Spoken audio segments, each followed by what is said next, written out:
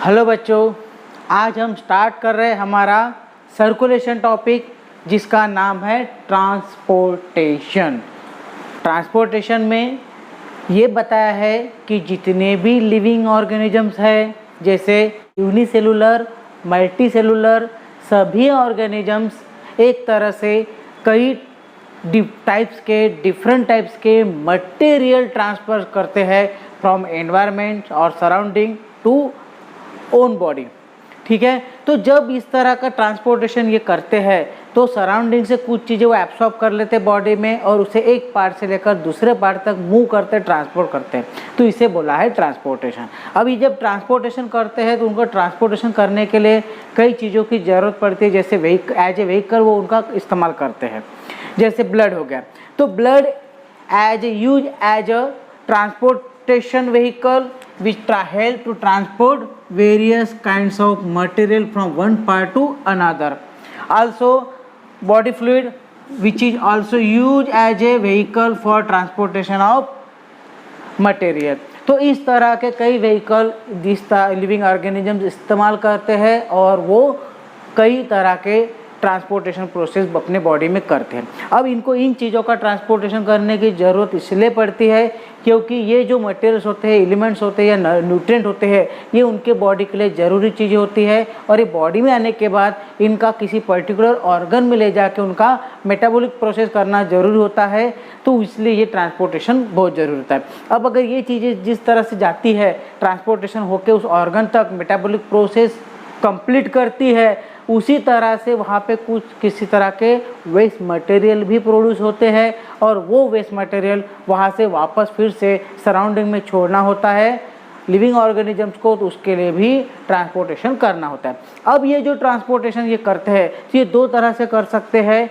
एक तो ये डिफ्यूजन मेथड से कर सकते हैं और एक्टिव ट्रांसपोर्ट से भी करते हैं।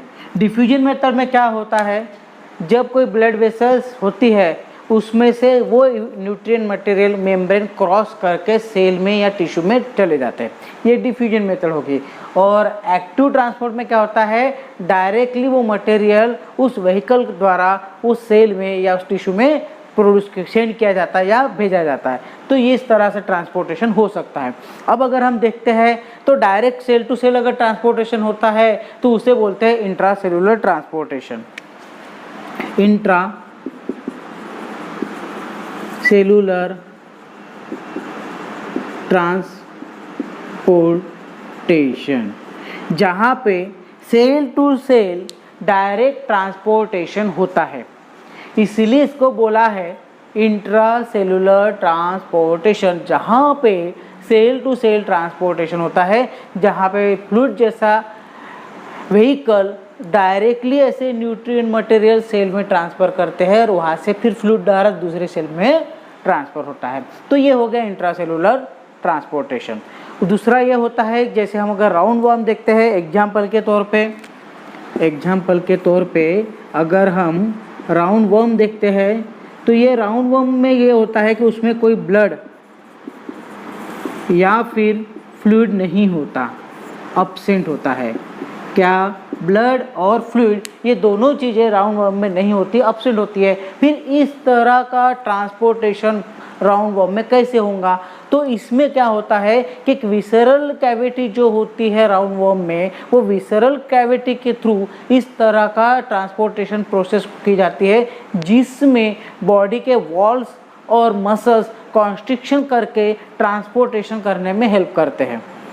विसरल कैविटी जो होती है राउंड वर्म में, उसके द्वारा ट्रांसपोर्टेशन प्रोसेस होता है, जिसमें बॉडी के वॉल और मसल्स कॉन्स्ट्रिक्शन करके ट्रांसपोर्टेशन प्रोसेस करते हैं। तो इस तरह के अगर ट्रांसपोर्टेशन को बोलते हैं एक्स्ट्रा सेलुलर ट्रांसपोर्टेशन।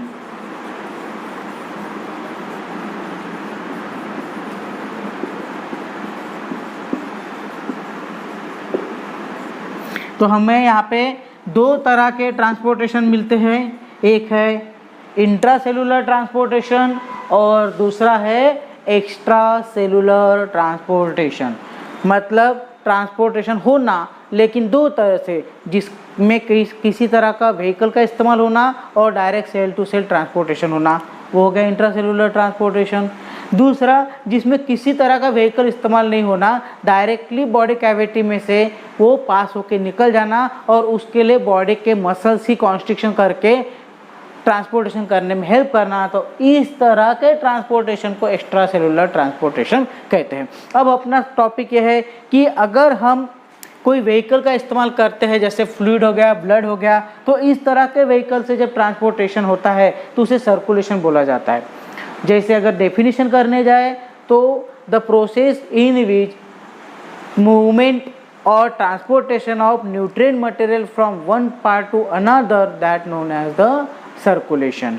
तो वो ब्लड द्वारा होता है। ब्लड क्या है? एक फ्लूइड है, फ्लूइड कनेक्टिव टिश्यू है जो इस तरह का ट्रांसपोर्टेशन करने में हेल्प करता है। अब लिविंग ऑर्गेनिजम्स में कई तरह के ऐसे लिविंग ऑर्गेनिज्म होते हैं जिनमें ब्लड होता है, एनिमल्स हो गया, ह्यूमंस हो गया। तो हम देखते हैं कि किस तरह से ये ट्रांसपोर्टेशन ब्लड द्वारा करते हैं। तो चलो उसे हम नाम देंगे circulation.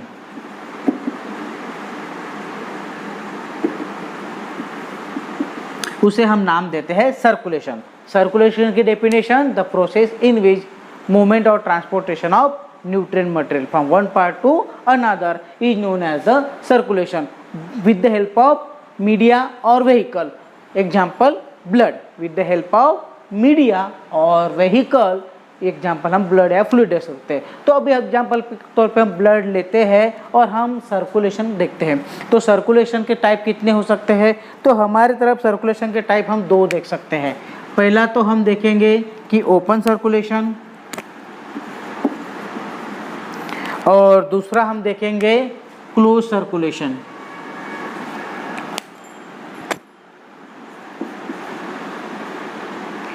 Open circulation, close circulation.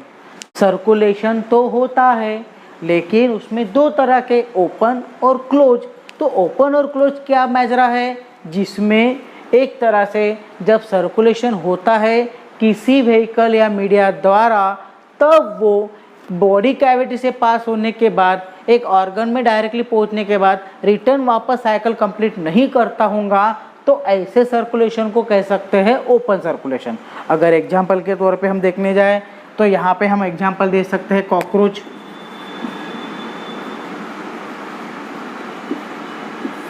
Example के तौर पे हम देखने जाए तो हम यहाँ पे एग्जाम्पल दे सकते हैं कॉकरोच।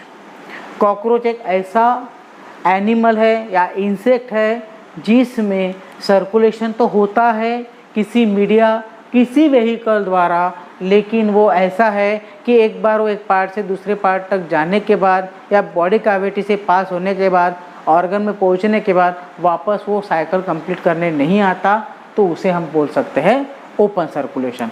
अब यहाँ पे सेकंड पार्ट है हमारा क्लोज सर्कुलेशन। अब क्लोज सर्कुलेशन मतलब एक तरह से साइकिल कंप्लीट करना, मतलब जहाँ से वो मूव होके जा रहा है वहीं पे वापस आके साइकिल कंप्लीट करना। इस तरह से प्रोसेस को हम क्लोज सर्कुलेशन बोल सकते हैं।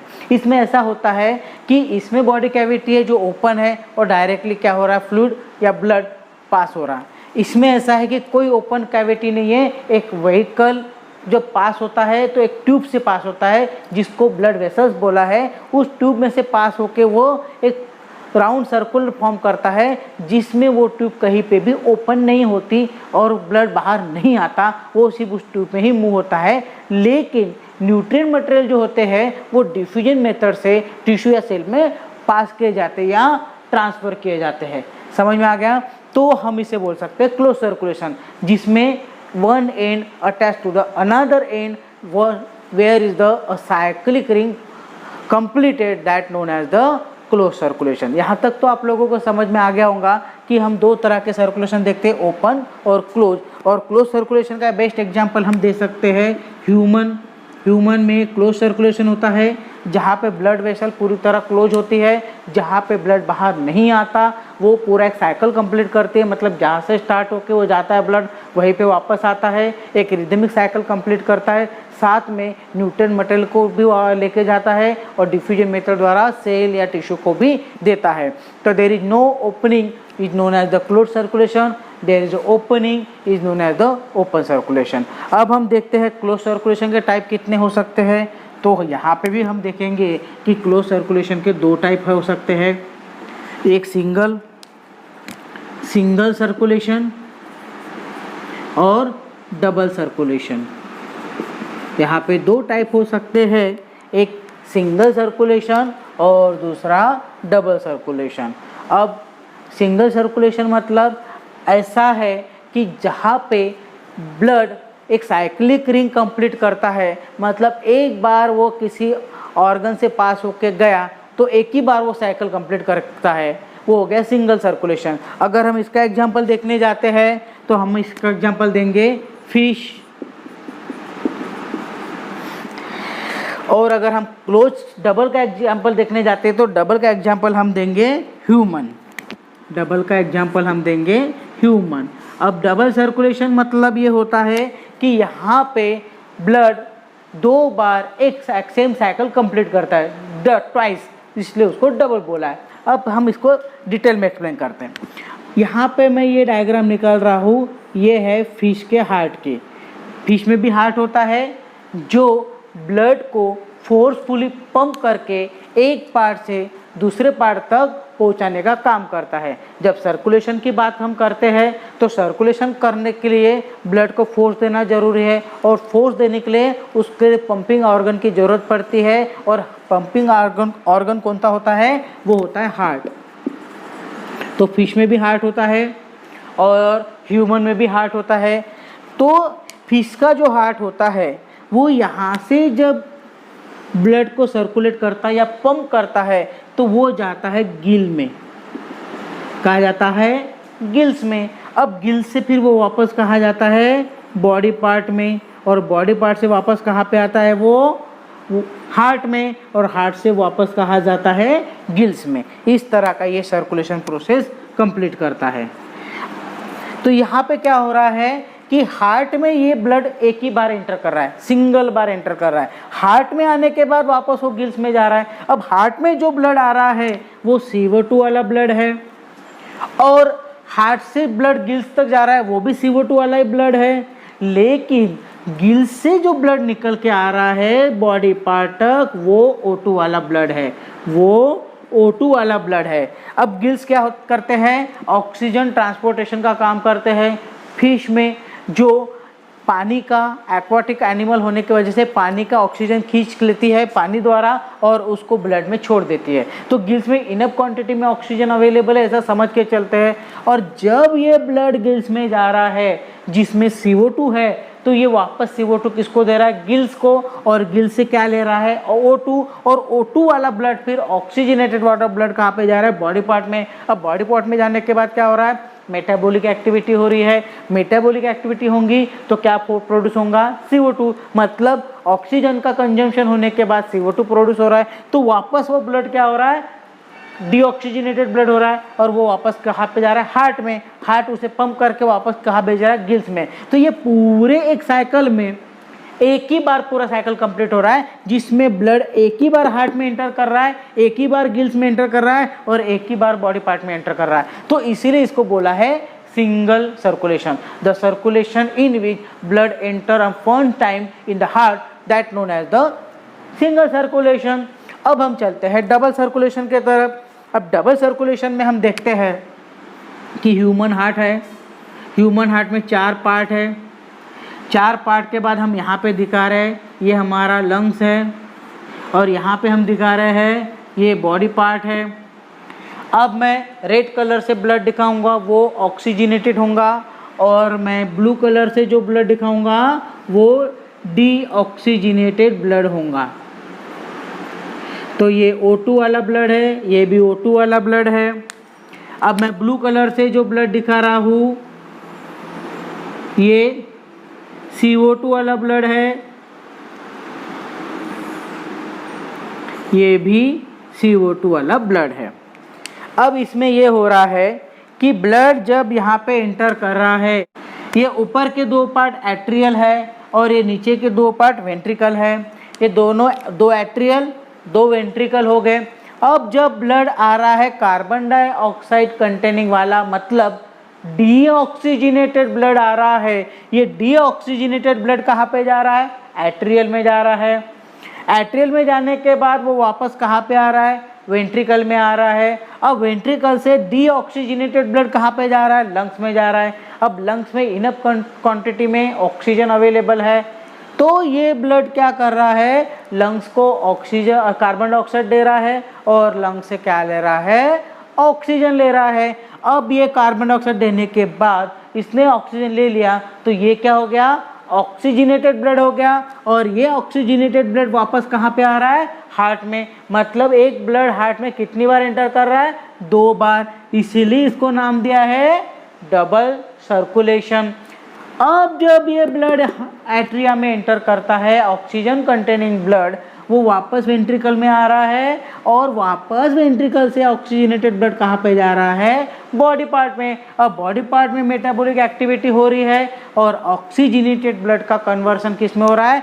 डीऑक्सीजनेटेड ब्लड में, और वो वापस फिर से कहाँ पे आ रहा है? हार्ट में। तो इस तरह से एक ही ब्लड 2 बार हार्ट में एंटर करने की वजह से इसी सर्कुलेशन को बोला है डबल सर्कुलेशन। ये हो गया सिंगल सर्कुलेशन। इसका एग्जाम्पल है फिश, जिसमें ब्लड एक ही बार हार्ट में एंटर कर रहा है। ये हो गया डबल सर्कुलेशन, जिसका एग्जाम्पल है ह्यूमन, और ये सर्कुलेशन करते वक्त 2 बार, डबल बार हार्ट में एंटर कर रहा है, इसलिए इसको डबल सर्कुलेशन बोला है।